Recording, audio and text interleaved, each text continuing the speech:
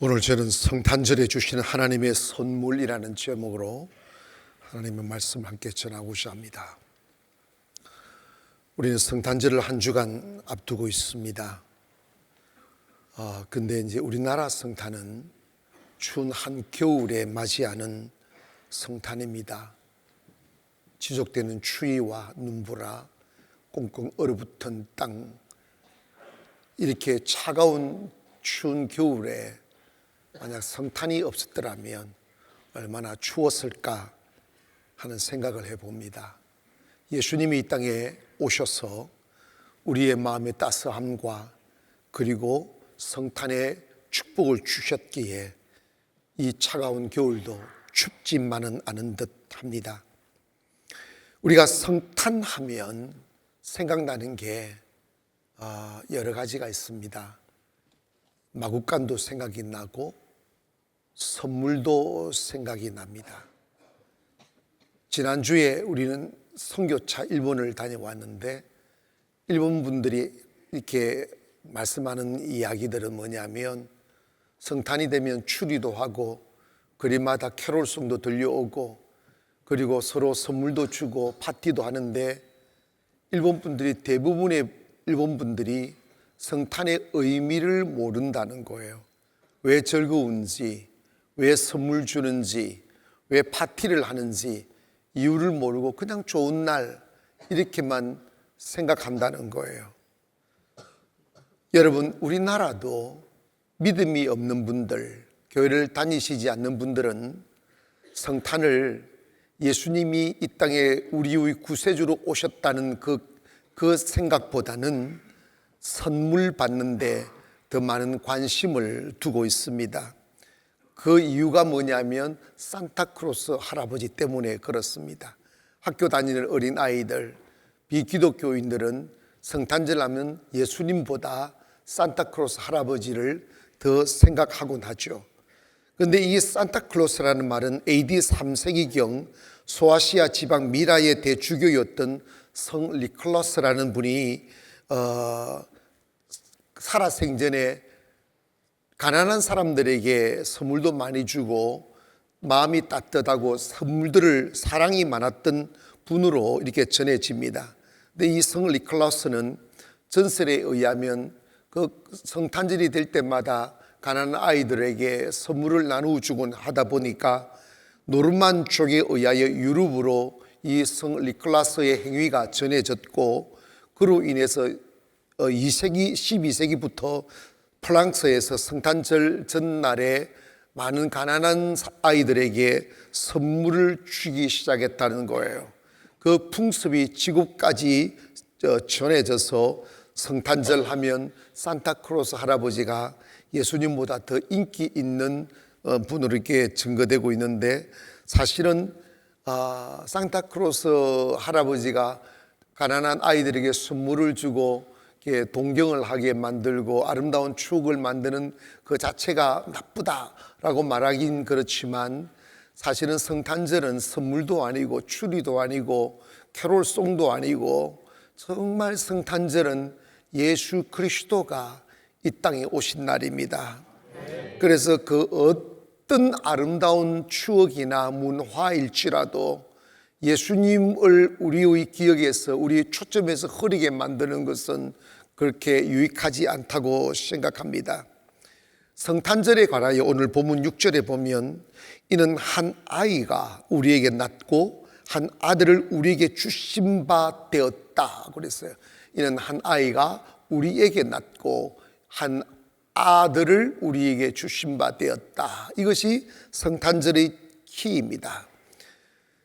그런데 바울은 로마서 8장 32절에 자기 아들을 아끼지 아니하시고 우리 모든 사람을 위하여 내어주신 이가 어찌 그 아들과 함께 모든 것을 우리에게 주시지 아니하시겠느냐라고 말씀하시며 하나님이 우리를 위하여 아들 예수 그리스도를 이 땅에 보내신 것은 우리를 향한 사랑이며 그 사랑은 넘쳐나 우리에게 필요한 그 어떤 것도 다 주실 수 있는 하나님이시다. 그래서 그 사랑을 요한복음 3장 16절에 하나님이 이 세상을 사랑하사 이처럼 사랑하사 독생자를 주셨으니 이는 그를 믿는 사람마다 멸망하지 않고 영생을 얻게 하려 하심이라. 즉 예수 그리스도는 하나님의 사랑으로 이 땅에 오셔서 우리에게 구원을 주시는 하나님의 은혜라는 것입니다.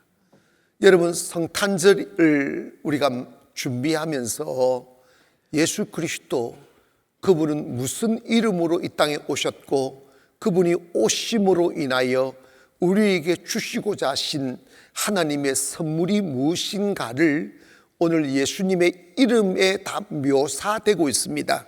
오늘 본문에 보면 예수 그리스도 그분의 이름을 네 가지의 이름으로 표현하고 있는데, 그 네 가지 이름 속에 예수 그리스도는 누구시며 우리에게 어떤 은혜를 주시는지를 다 내포함으로 그 네 가지의 이름을 제가 소개하려고 합니다.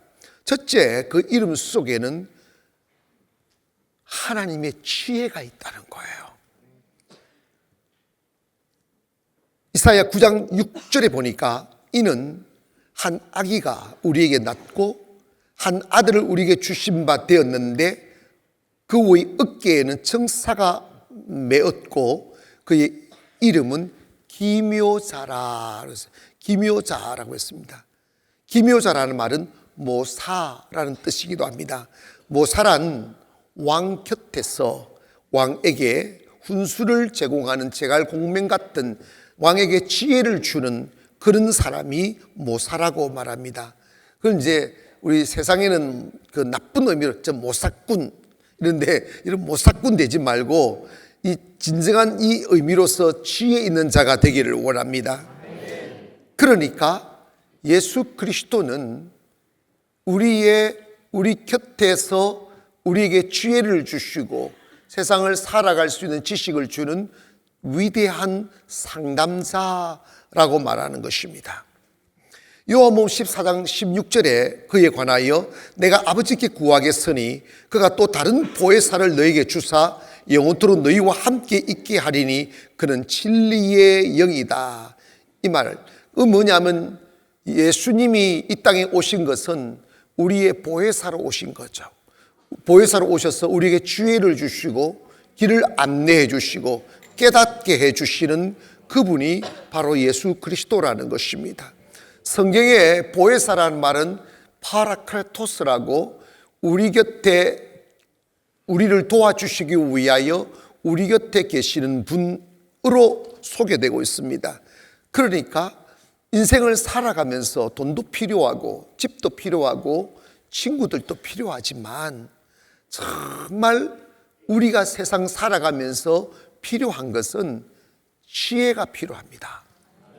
인생을 살면서 땀을 덜 흘리고 수고를 덜 해서 가난하게 살고 망하고 주저앉고 그리고 많은 고통을 당하는 게 아니라 똑같이 땀을 흘리고 높은 산 오르는데 잘못된 선택함은 함으로 인하여 인생을 망칩니다. 요즘 우리나라의 이슈가 뭔지 아십니까? 서울대 교수가, 똑똑하다고 자랑하는 서울대 교수가 보이스피싱에 걸려서 10억을 날렸대요. 지식으로 되는 게 아니라니까. 여러분, 자기가 내 말이네 하는 사람도 여기 있을 거야. 똑똑하다고 하는 사람이 당하더라고. 그런데 여러분, 인생 살다가요, 정말 사람을 잘 만나는 것도 중요하지만 인생은 선택이에요. 선택을 하는데 여러분, 선택할 때 지혜가 있어야 됩니다. 옳은 선택을 해야 됩니다.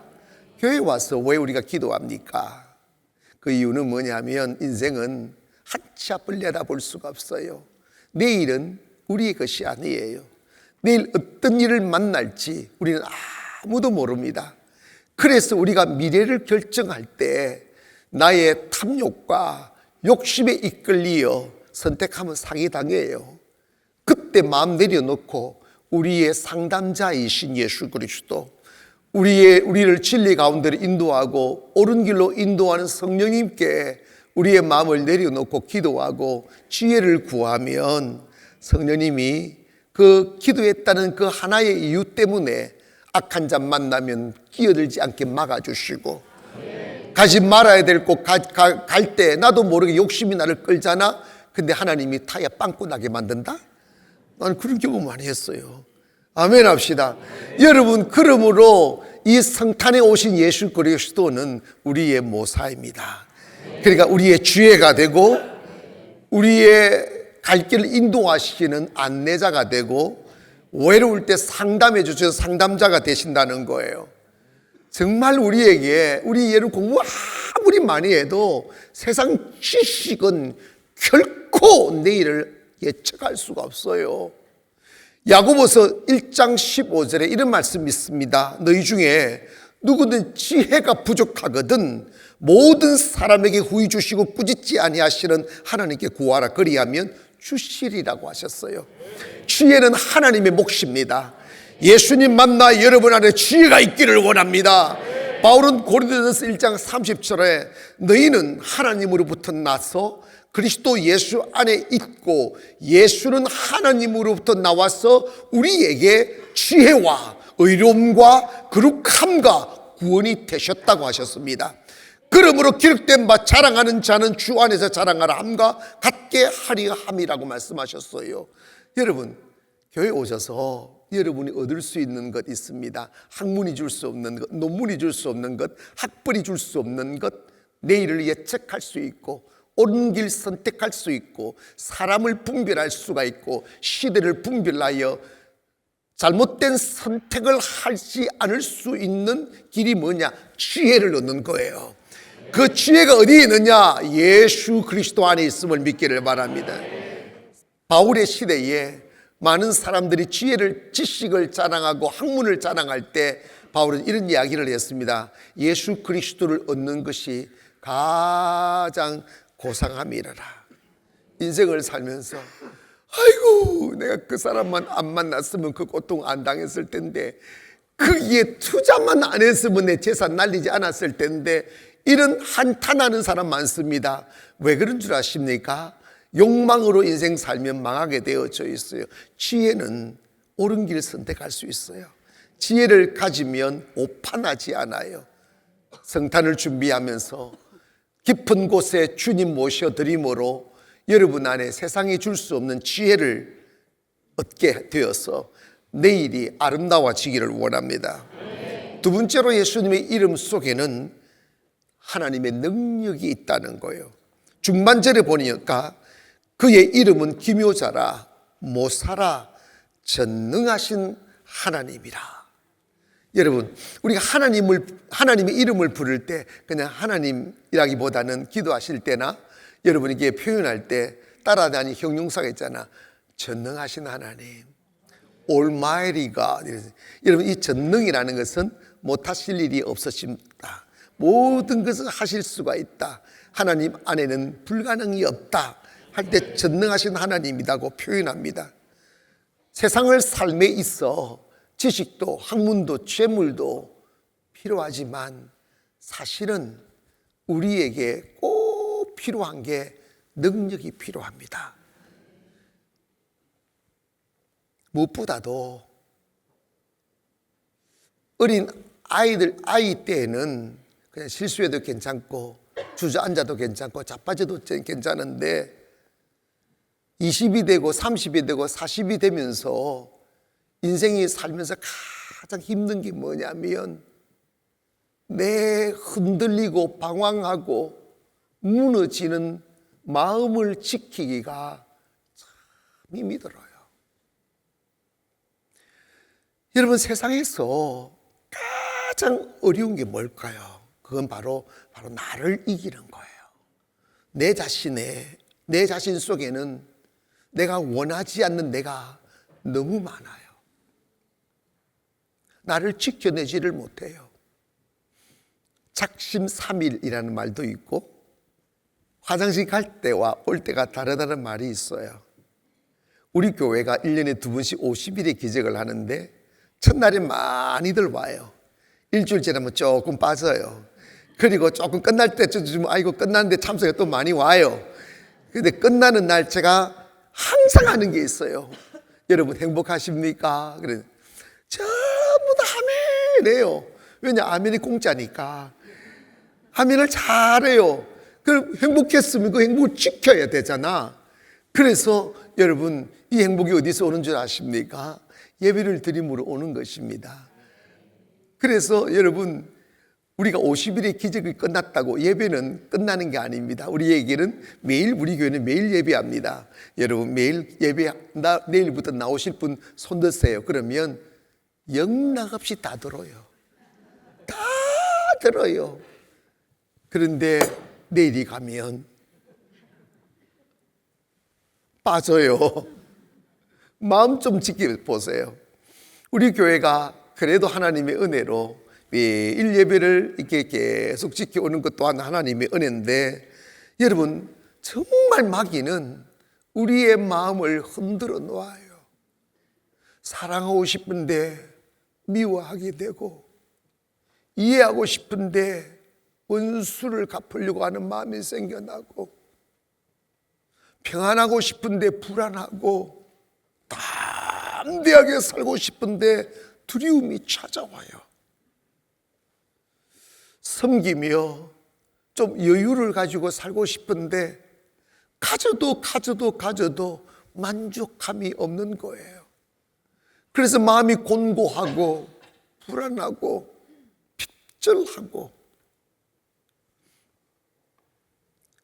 잠언 16장 32절에 노하기를 더디하는 자는 용사보다 낫고 자기의 마음을 다스리는 자는 성을 빼앗는 자보다 낫다고 하셨어요.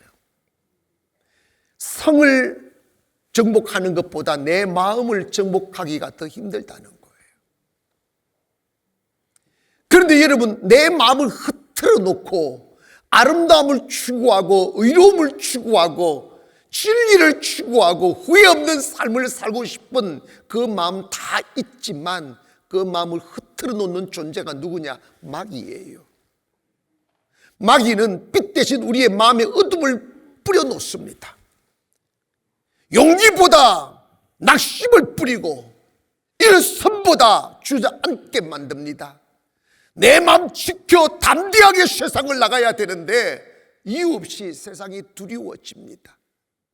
누구나 실패할 수 있고 주저앉을 수 있고 다시 일어나면 그뿐인데, 마귀가 내 마음에 딱 들어오면 20년 30년 전에 나와 이미 전혀 상관없는 슬픔이 크게 일어나 우리로 하여금 떨게 만들고, 어릴 적에 철없던 시절에 경험했던 실패가 쓴뿌리가 되어서 나는 재수 없는 사람이란 말하며 내일을 향하여 깃발을 들 수 없도록 주저앉히는 존재가 바로 마귀인 것입니다. 용기를 내리 하여도 용기가 안 생겨요.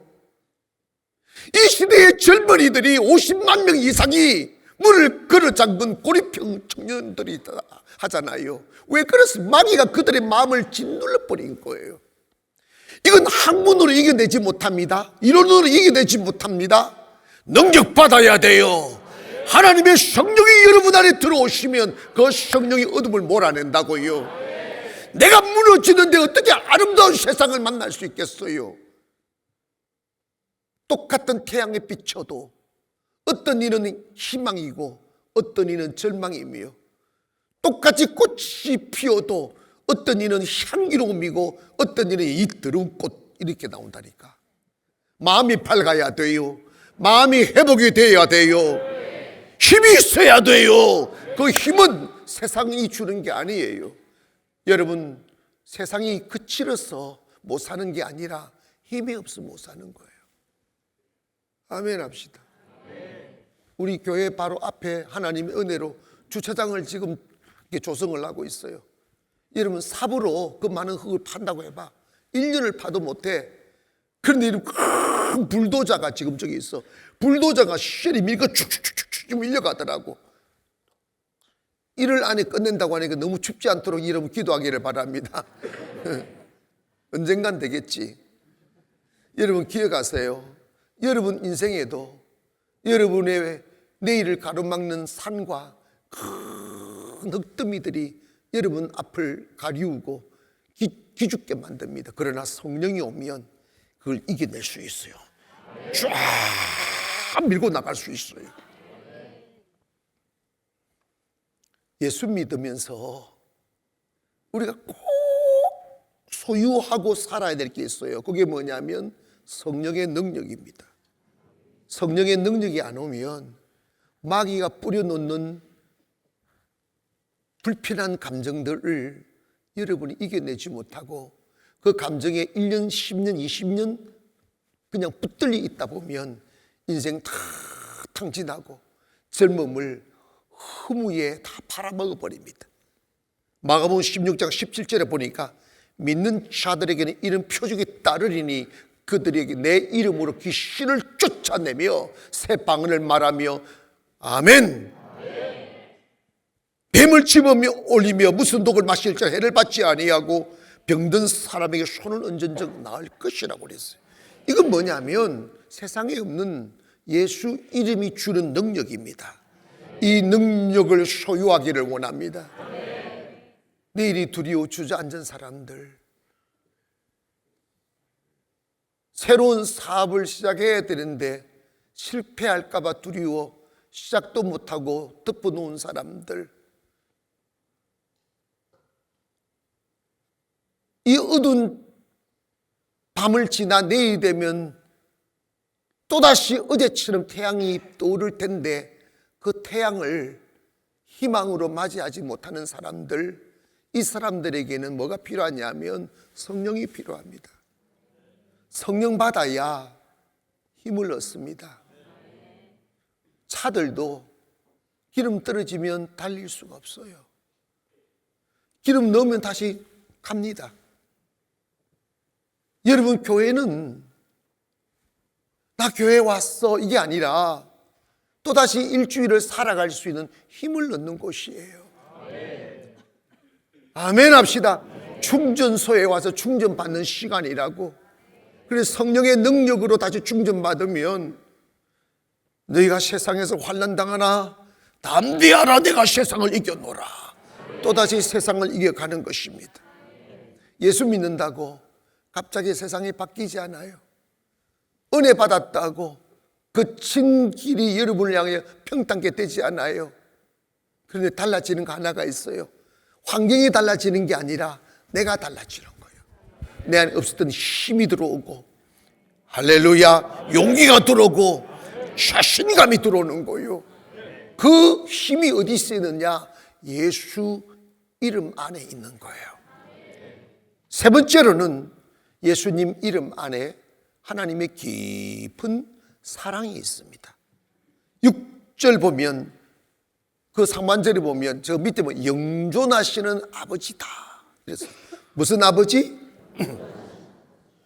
제가 어릴 적 이제 하고 신학 공부를 하기 위해서 제가 서울로 올라와서 한 선교사님을 사귀게 됐어요. 그런데 그 선교사님이 자꾸 한 1년 이렇게 사귀다가 제가 음악을 좋아하니까 이렇게 가시면서 저한테 자기가 치던 기타를 저한테 선물로 주셨어요. 너무 좋더라고. 기타 살 수 없는데 주고 가니까. 근데 그럼 내가 좋아하면 그냥 분위기 깨지 말아야 되지 않아요? 너는 나한테 뭐 줄래? 딱 이러는 거예요. 너희 아버지가 부자다니 딱 이 말 하니까 우리 아버지 돈 안 줘. 이런 생각이 확 드는 거예요. 그런데 여러분, 나중에 멍하니 있는 저를 향하여 Your heavenly Father is your Father. He is a good Father. 하늘에 계신 아버지가 너희 아버지야. 그분은 좋으신 아버지야. 여러분, 제가 솔직히 그때까지만 해도 우리 교회가 너무 경직되어져 있고 하나님을 경험하는 하나님으로 안내하지 않고 지식의 하나님, 교리의 하나님, 율법의 하나님으로 저를 가르치고 인도해서 그 하나님이 그렇게 가까이 계셔서 내 필요를 공급해 주시고 사랑과 따스함으로 다가오시는 하나님인 줄 저는 몰랐어요. 그런데 여러분 봐봐요. 성경에 나타난 하나님은 아버지 하나님이다. 이 말은 여러분이 세상 육신의 아버지가 부족한 사랑 때문에 아버지에 대한 따스함을 기억할 수 없을지라도 하나님 아버지는 다르십니다. 하나님 아버지는 사랑 그 자체이십니다. 때문에 여러분, 전능하신 아버지다, 이 말씀은 내 아버지 하나님은 사랑이신데 그분은 전능하셔서 못하실 일이 없으시고 우리의 필요에 관하여 채워주지 못할 것이 단 한 가지도 없다, 이 말씀이에요. 여러분이 교회 오셔서 또다시 옛날에 무식했던 종교생활했던 것 다 버리시고 하나님의 존전에 나와 마음을 열어놓고 긴장 푸시고 하나님의 따스한 사랑 앞에 마음은 여시기를 바랍니다. 그래서 그 하나님의 따뜻함이 다가오면 하염없이 흘러내리는 눈물을 감당하지 못합니다. 두려움의 눈물도 아니고 결핍이 주는 걱정의 눈물도 아니고 그리고 슬픔의 눈물도 아니라 하나님 아버지를 영으로 만나는 사람만이 누릴 수 있는 주체할 수 없는 기쁨이며 평안인 것이죠. 여러분이 최소한 교회에 오셔서 하나님을 오해하지 않기를 바랍니다. 그 하나님이 여러분을 도우실 것이고 그 하나님이 여러분을 인도해 주실 것이고 그 하나님이 여러분의 따스한 품이 될 수 있어요. 저는 과거에 성탄절이 너무 외로웠어요. 쓸쓸하게 이루 말할 수가 없었어요. 왜 기쁘다 구주 오셨네라고 노래를 부르는데 내 마음은 기쁘지 않을까? 주님은 행복이라고 말씀하는데 난 왜 행복하지 못할까? 그러니까 세상에서 기쁨을 찾으려고 그러고 놀이에서 기쁨 찾으려고 그러고 예수 그리스도 그분은 정말 우리 영과 육을 만족시키는 하나님의 선물인데 예수님 안에서 그 기쁜 선물을 느끼지 못하니까 남편이나 친구들 졸라서 선물 사달라고 그러는 거예요. 여러분, 우리 교회에 오시면 남자들이 매우 자유로워요. 왜냐하면 여자분들 보고 성탄절 선물 사달라고 말하지 못하게 하니까요.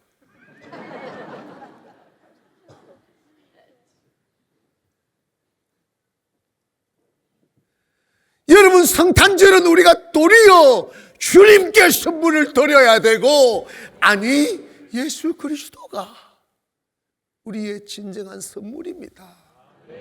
그분을 만나기를 원합니다. 그분을 영으로 만나면 행복해져요. 저희 교회 오신 분들 중에서 죽고 싶어 오셨고 우울증에 빠져 오셨고 불안증에 빠져 방황하던 분들 많아요. 근데 매일 예배 드리다가 주님 만난 뒤에 그분들의 얼굴의 변화와 고백의 변화와 삶의 변화는 어떤 말로도 형용할 수 없는 기적 같은 변화입니다. 어떤 남자들은요, 목사님 제가 이렇게 행복해도 되느냐고 묻는 분들도 많았겠어요. 지옥 같은 가정생활이 천국으로 바뀌었다는 거예요. 그거 왜 그러느냐 하면 하나님을 만나면 다른 것이 필요치 않아요. 충분히 행복하고 믿어지고 느껴지고, 야, 주님 말씀처럼 내가 너를 고아와 같이 버려두지 아니하겠다고 하셨는데 주님을 만나면 이 황폐한 세상 속에 홀로 남겨진 외로운 고아처럼 외롭게 살았었는데 주님 만나고 보니까 내가 고아가 아니구나. 이 세상 모두가 하나님의 발등상이요 하나님의 손길 아래 있음이 느껴지니까 어딜 가도 두렵지 않는 거예요. 사랑하는 여러분, 예수 그리스도 그분의 이름은 사랑임을 믿기를 바랍니다. 주님 만나면 행복해지는 이유가 뭐냐면 인간은 사랑을 느낄 때 행복한 거예요. 외로움이 짙어서 숨을 쉴 수 없거든. 이번 성탄절 때 주님을 만나기를 원합니다. 이유 모를 불안감이 여러분을 두렵게 한다면 그건 세상에서 답을 찾을 수가 없어요. 주님 만나시기를 원합니다. 만나면 그 모든 감정들 사라져요. 그리고 마지막으로 예수 그리스도의 이름 그 안에는 뭐가 있냐면 평강이 있습니다. 평강, 평안 말입니다. 9장 6절에 보니까 이는 한 아기가 우리에게 낳고 한 아들을 우리에게 주신 바 되었는데 그의 어깨에는 정사화를 메었고 그의 이름은 기묘자라 모사라 전능하신 하나님이라 영존하신 하나님이라 아버지라 평강의 왕이라. 무슨 왕? 평강의 왕이라. 천사들이 예수님을 소개할 때 누가복음 2장 14절에 이렇게 말했습니다. 지극히 높은 곳에서는 하나님께 영광이요 땅에서는 기뻐하심을 입은 사람들 중에 평화로다. 예수님을 아는 자들에게 있어 평화가 된다는 거예요. 여러분, 사람들은 깊은 밤 소리 없이 밀려오는 그 외로움의 안개들이 내가 적게 소유해서 오는 줄 알아. 노예처럼 일하고 돈 벌려 하여도 분명 어제보다 오늘이 더 부유해졌는데 내 마음의 공허는 그대로예요.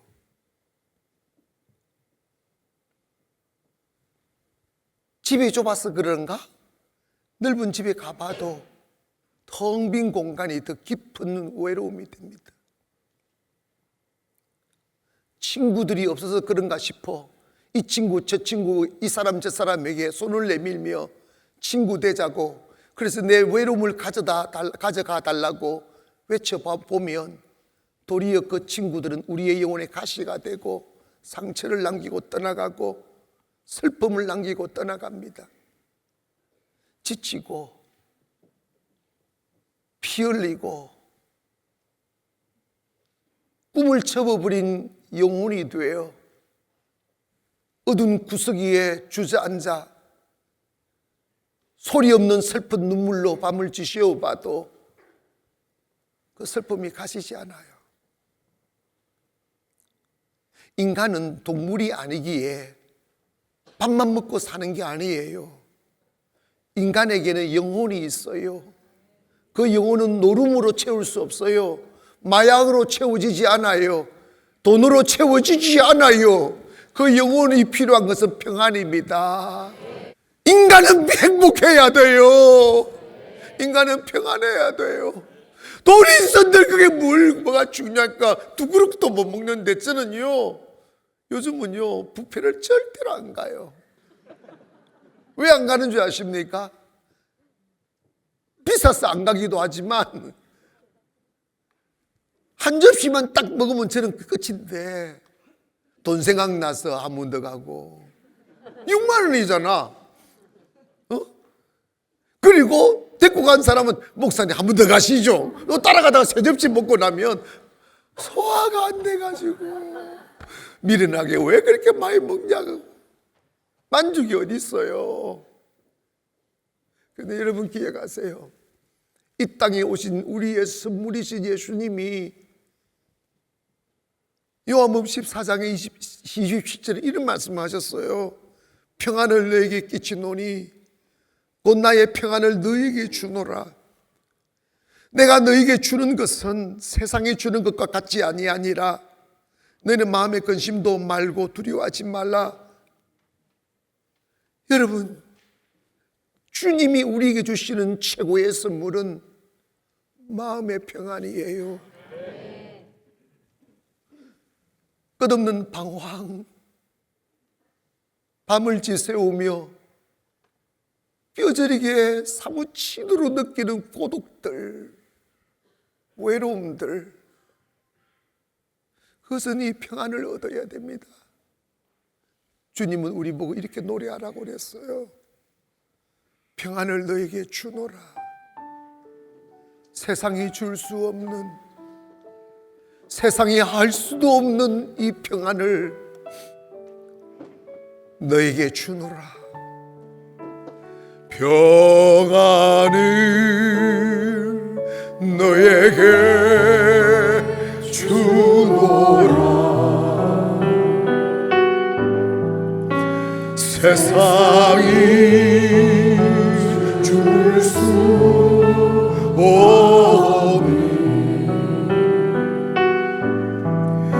세상이 알 수도 없는 평안을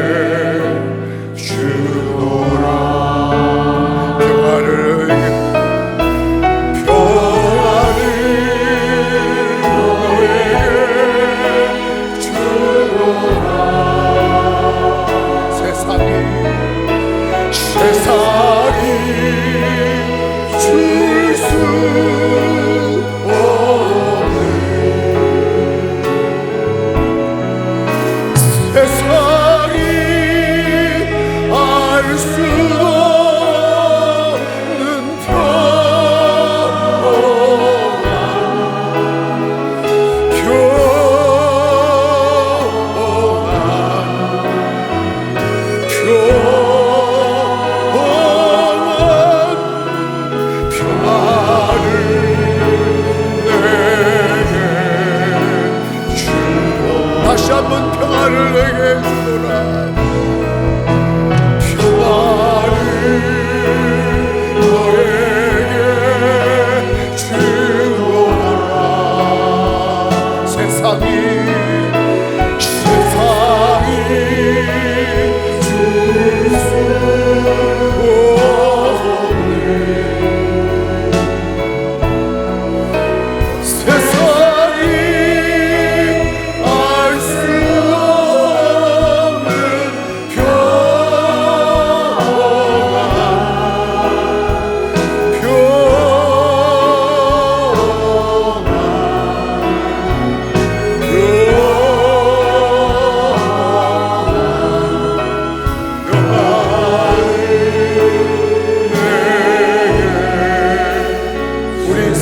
찬양 한번 조용히 한번 들어보시겠어요? 평안을 너에게.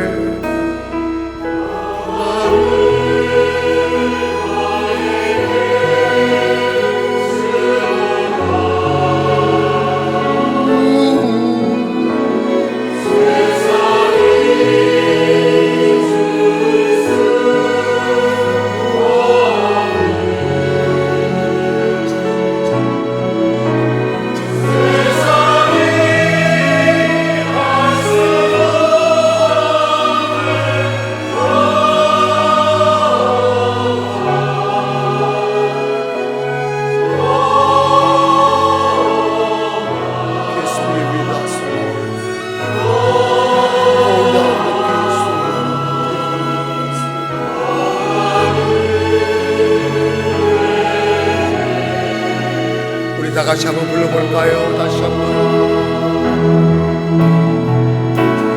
평안을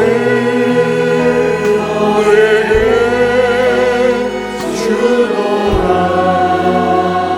세상이 줄 수 없는, 세상이 줄 수 없는,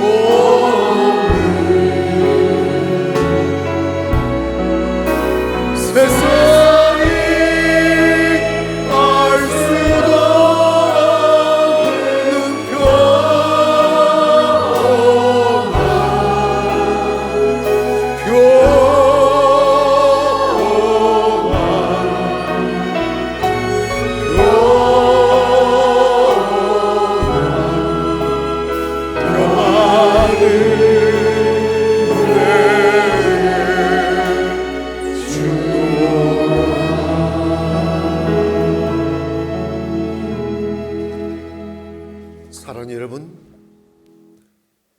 사람들은 그 평안을 찾아서 산을 넘습니다. 그 평안을 찾아서 오랜 노동의 강을 건너죠. 아파하고 슬퍼하고 외로워하고 그 사라지지 않는 삶의 피곤함을 언젠가는 평안이 오겠지 하는 막연한 기대감으로 이겨내려 애쓰지만 주님은 말씀하셨어요. 그 평안은 세상엔 없다고. 그 평안은 내 안에만 있다고. 예수 그리스도 그분은 평안이십니다. 언제까지 평안 없는 곳에서 방황하시겠어요? 종교생활 그만두세요. 율법에서 자유함 얻기를 원합니다. 예수 그분을 만나십시오.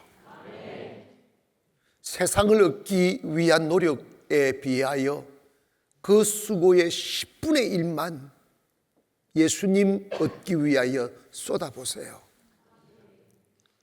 여러분의 인생은 달라질 것입니다. 더 이상 성탄이 외롭지 않을 거예요. 더 이상 성탄이 두렵지도 않을 거예요. 우리 교회가 24,5천을 외치고 24천을 외칩니다. 그 이유는 2024년도가 지금까지 눈물과 인내와 수고로 쌓아올린 13년의 결과로 지금 우리가 여기 와 있다면 이제 꽃을 피울 시간이 왔기 때문에 그렇습니다. 예수님 만나야 행복할 수 있어요. 그리고 예수님 만나면 누구도 부인할 수 없는 현실이 올 겁니다. 내 인생의 최고의 해가 2024년도가 되었어. 이 위대한 주님이 하나님 아버지가 주신 성탄의 선물이신 예수 그리스도를 여러분 소유하셔서 여러분 삶에 기쁨이 있고 평안이 있고 축복이 있고 능력이 있기를 주의 이름으로 축원합니다. 기도하겠습니다.